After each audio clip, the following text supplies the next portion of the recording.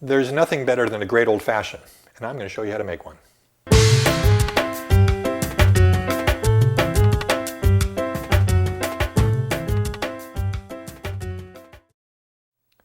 Welcome to the Cocktail Spirit from Small Screen Network. I'm your host, Robert Hess.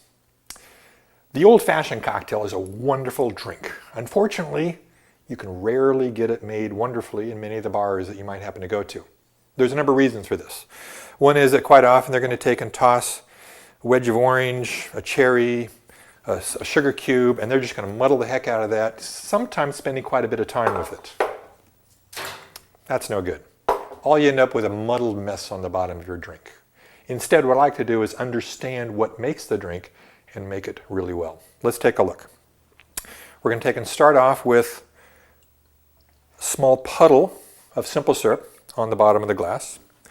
To that, we're going to add a couple dashes of Angostura Bitters. A couple more. I like bitters. Now we're going to add some ice.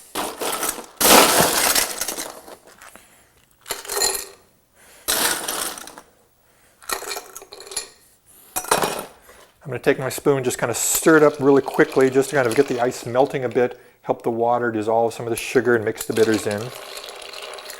Get a slurry at the bottom of the glass. And to that, we're going to add 2 ounces of rye whiskey. Now, I'm using rye whiskey here just because that was kind of the original, and I happen to like rye whiskey. And by rye, I'm not meaning Canadian whiskey. Canadian whiskey really isn't rye whiskey. They just call that sometimes.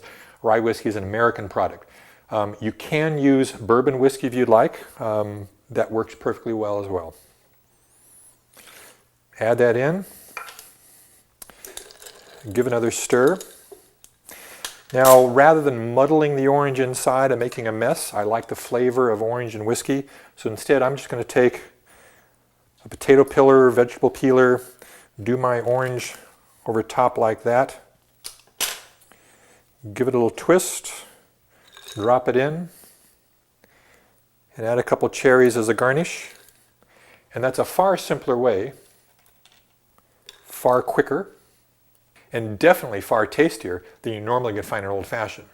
Another problem you'll see with an old-fashioned is if you notice this glass, it's not quite full. I've only got 2 ounces of booze in it. Here's where a bartender is going to take and put a dash of soda on the top of it. Again, that's a big mistake. All they're simply trying to do is giving you a full glass, and they're making a bad drink to do it. So the next time you want an old-fashioned, skip the muddling, skip the soda, instead have a great old-fashioned.